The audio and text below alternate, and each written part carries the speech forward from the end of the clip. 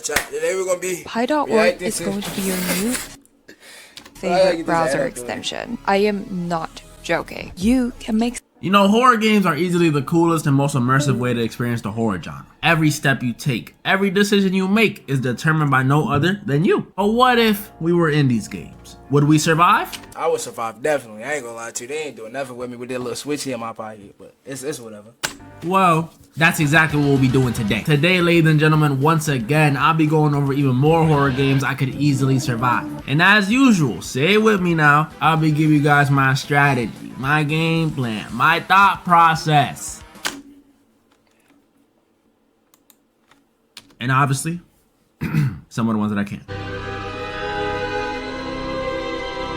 I'm starting with a bit of a tricky one. Outlast. We play as this journalist investigating an abandoned asylum after hearing word of some inhumane experiments happening there.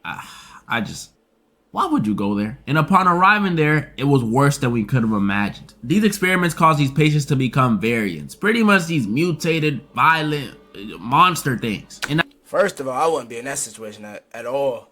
I don't even like driving that night. Not going there whatsoever. I ain't gonna lie to you, but it's whatever. Let's see. Let's just go ahead. After realizing how dangerous this probably is, you try to find a way out the asylum. Boom. That's the setup we're dealing with. Now this one is a very difficult one to start off with. I was 11 when this game came out, and all I remember is I refused to play it because it was so scary. I knew it was bad when I couldn't even watch the Rad Brad play it. Not only are we trapped in a loony bin that's dark, has small corridors, and probably smells crazy, but we also have to deal with the variants. And while most of them are just crazy humans with no pain tolerance, there is one we really gotta look out for. Chris Walker, a mutated 6'9", 300-pound plus monster. To put it in perspective, that means we're dealing with someone the same height as LeBron James and around, I don't know, half the weight of Rod Wave. This is a scary, formidable opponent, and might I add, he has experience. This dude isn't like Springtrap just murking children for no reason. This dude murks grown men for no reason. He has bodies. And me, I'm just an investigative journalist with nothing but passion, a Canon camera, and a pair of AA batteries. What am I gonna do? And I sat on this one for a long time. I'm probably getting cooked, I won't lie. This one just ain't even fair, bruh. In the wise words of Kendrick, it ain't 20v1, it's a 1v20. It's just me by myself versus all these variants in this dirty, rundown asylum. Remove Chris Walker from the situation and I might die 30 minutes in. If I step in there, I'm literally finished. Like, yeah, I know I'm the fastest to ever do it. Ka-chow. But a crammed space like this is not good for me. If it was me that got the anonymous tip about the experiments they were doing here, I wouldn't have even showed up. I'm already knowing. I would have been sitting right at home, not dealing with none of that at all.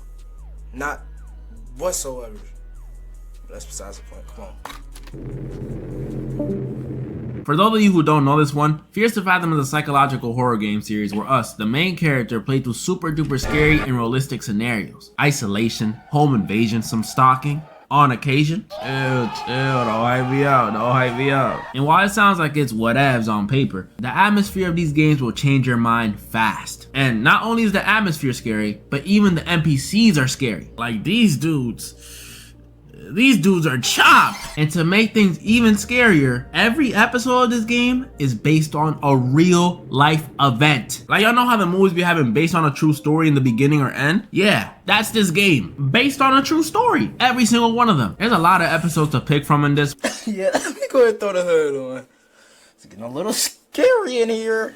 So I'm gonna just go with the one that's scariest to me. Fears to Fathom, episode 3. Carson House. In this one we played as this 18-year-old named Noah back in 2009. Golly, 2009?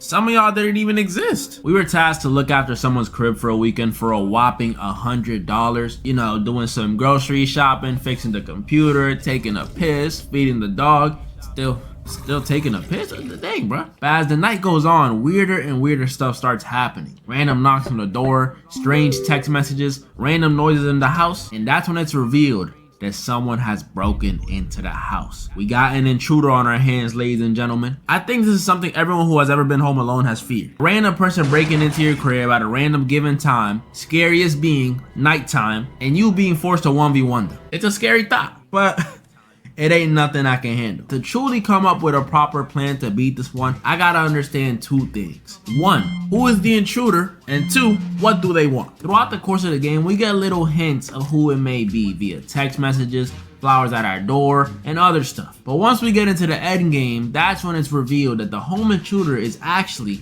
our psycho ex-girlfriend, Kara. I know, shocking. And what does she want, you may ask? Well, of course, to get back with your boy. I don't blame her, not a surprise. But now that we know all the background, here's the plan. Let me show you why I stopped paying for all. We dead ass right now.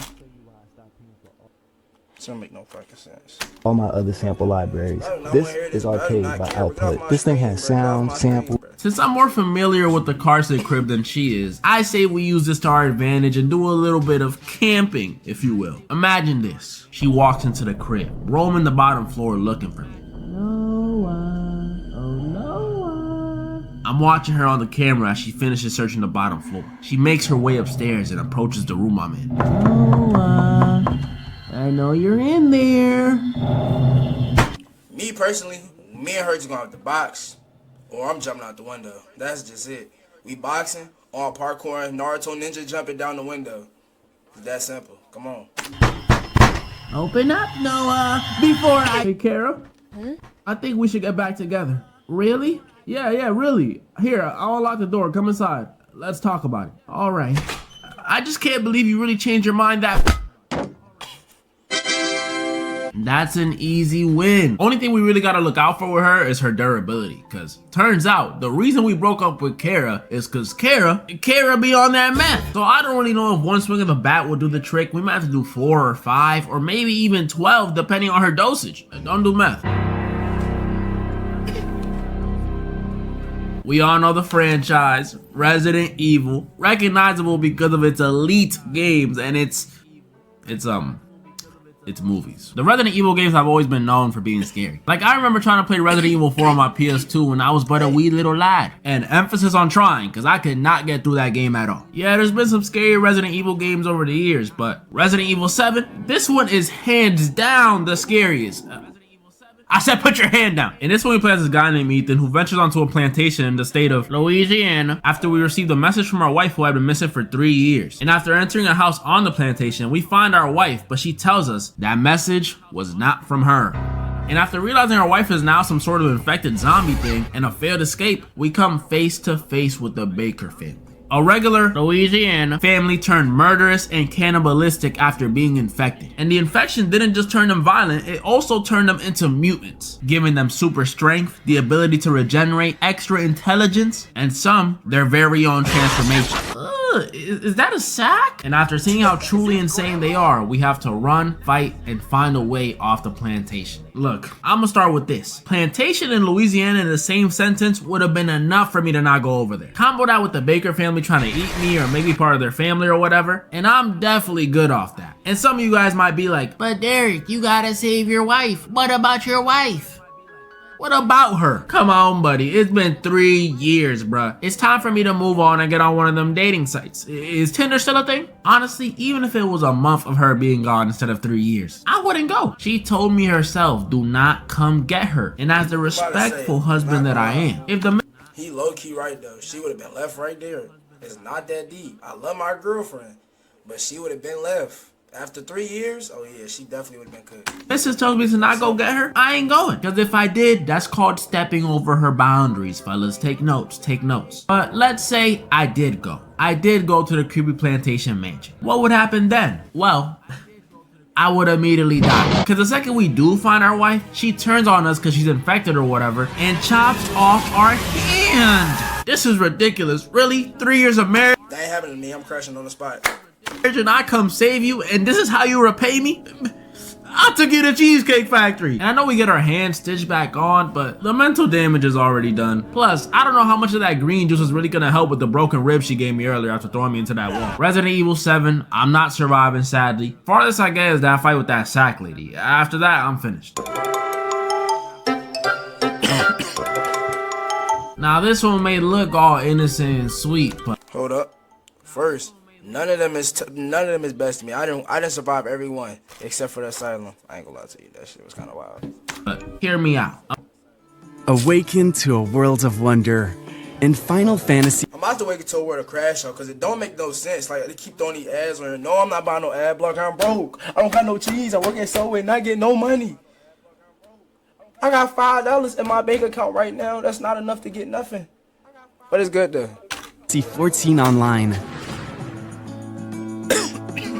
Amanda the Adventurer is about this old children's show revolving this girl named Amanda and her sidekick Willie. So think Dora, but instead of being Mexican, she's black, and instead of Boots being a monkey, he's a lame sheep. We find these VHS tapes of the show and watch a few episodes, and everything seems normal. But as we continue watching them, they start to get stranger and stranger until Amanda is straight up talking about death and threatening to turn Willie into lamb chops. And if we upset Amanda, that violence will be turned against us too.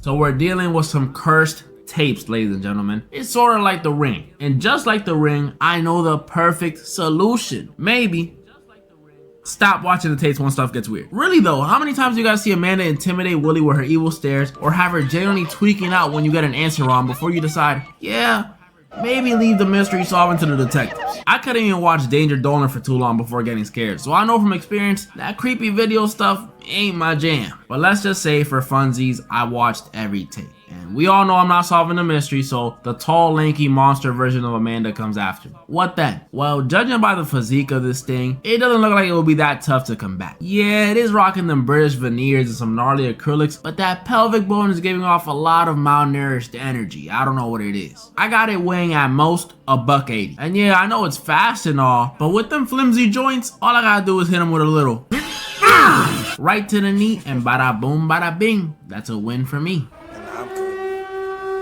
Yes, I admit it, I'm cooked. I would have been done with it. Let's go though. Now this one may seem insanely difficult, but like I said for the last one, just hear me out. In Silent Hill 2, we follow this blonde dude named James who, after receiving a letter from his deceased wife, damn, we got a lot of X's in this video, what's going on? He goes to Silent Hill, this town engulfed in fog with monsters everywhere, creepy buildings, and blah blah blah blah blah. I know what y'all are here for. Y'all want to know if I can defeat the big bad in this one. Pyramid. Dude with a massive pyramid on his head, holding a big sword. Super scary looking dude. Like when I saw the 06 movie, which in my opinion is alright, it's not that bad. The sound of that siren and the image of Pyramid Head were burned into my mind. But now after looking back and after playing the original Silent Hill 2, this dude is not on anything. He's like those muscle heads who don't know how to fight. Just all appearance, no skill. Like, look at this gameplay.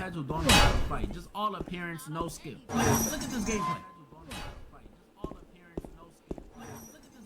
Come on, bro, you gotta keep it a buck. Is this scary to you? He can have all the menacing energy in the world, but the second he swings, he loses all of it. I could easily run away or even walk away with a dude swinging like this, but let's say it is the movie version of it, or the remake version. I haven't played it yet, but I assume he has better hands than this one. What are my chances then? Well, 100%. Because the thing about Pyramid Head is, he's not even real. He's a figment of James's imagination after feeling all that guilt for killing his wife. And if I'm in control of James's body in this situation, I don't have a shred of guilt. It wasn't my wife that got killed, so I won't be manifesting or whatever any of these monsters, this creepy environment, and most importantly, I won't be manifesting Pyramid Head. It's that easy. Come on now. Come on. That low-key makes sense.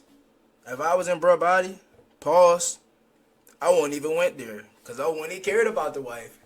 He's spitting facts, he's spitting facts, he's spitting facts. Now if he was real. As you guys can see though, once again, nigga, if he was real, I still would box him up with these hands. I'm not like that. I survived and maintained my record of... What is my record in these videos? Can one of y'all find that out for me? Comment down below any of the ones you guys think I was wrong or right about. And comment down below some more games you guys would want to see for a part 3 or maybe even on that second channel. It's still coming, it's still coming. I pinky promise, it's still coming. And moral of the story? So you gon' be good. I was a good kid.